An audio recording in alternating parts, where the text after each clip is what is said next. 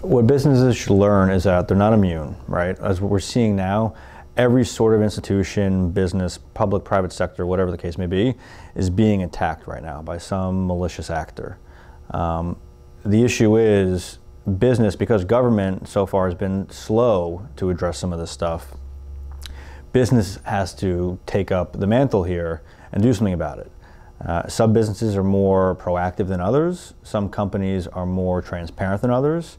You have some companies that have suffered massive data breaches due to hacking, due to cyber attacks, and we only find out several months after the fact, right? The problem there, obviously beyond just the material issue of stealing sensitive personal data, is that it erodes trust amongst people in corporations, and it compounds with what is happening now on a level probably unprecedented in terms of what people think of their government institutions, the media, etc. No one trusts anything anymore, basically, is the point. No one knows what to believe, who to believe. Everyone's in their own little bubble. And to have companies that have millions, tens of millions of customers in this country being willy-nilly with their information and then not disclosing it in a timely fashion is irresponsible, possibly criminal. So companies need to do a better job of that, and I think a lot of companies are responsible, understand the risks here, and are doing something about it, but they all need to do a better job. And then government needs to step in and do something about it too. And a lot could be said about what this administration is doing on a national level to thwart some of these attacks and to deal with them, and also to deal with the companies that have not been transparent about what's happened with their data, etc. There's a lot needs to be done. It goes without saying that Facebook, Twitter, etc., these social media companies need to do a better job with policing the content on their sites, protecting people's data, etc. The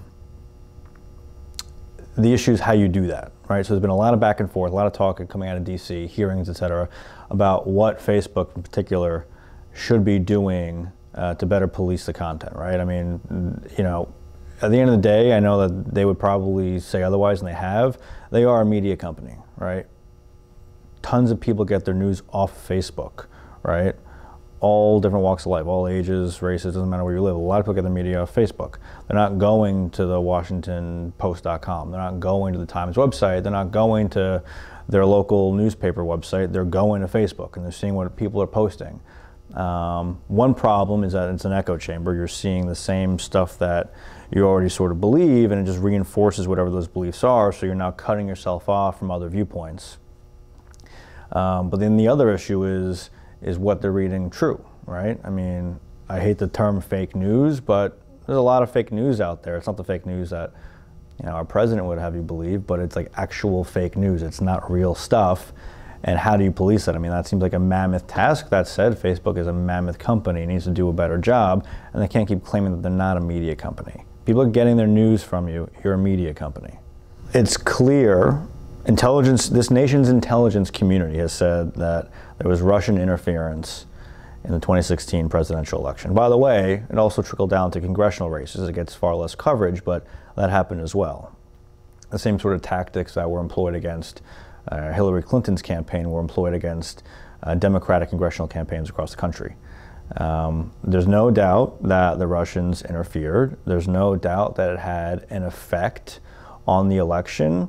I don't know if anyone can 100% say it had an effect on the outcome of the election, but it had an effect. When you look at the margins in some of the states, the 3 states that put Trump over the edge, you can certainly make the conclusion that, putting some money behind some Facebook ads and ginning up, fake controversies in those states did affect the outcome.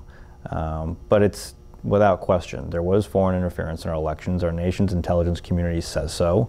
Everyone else seems to agree. People on both sides of the aisle seem to agree. And to say otherwise, your head's in the sand, they don't know what you're talking about.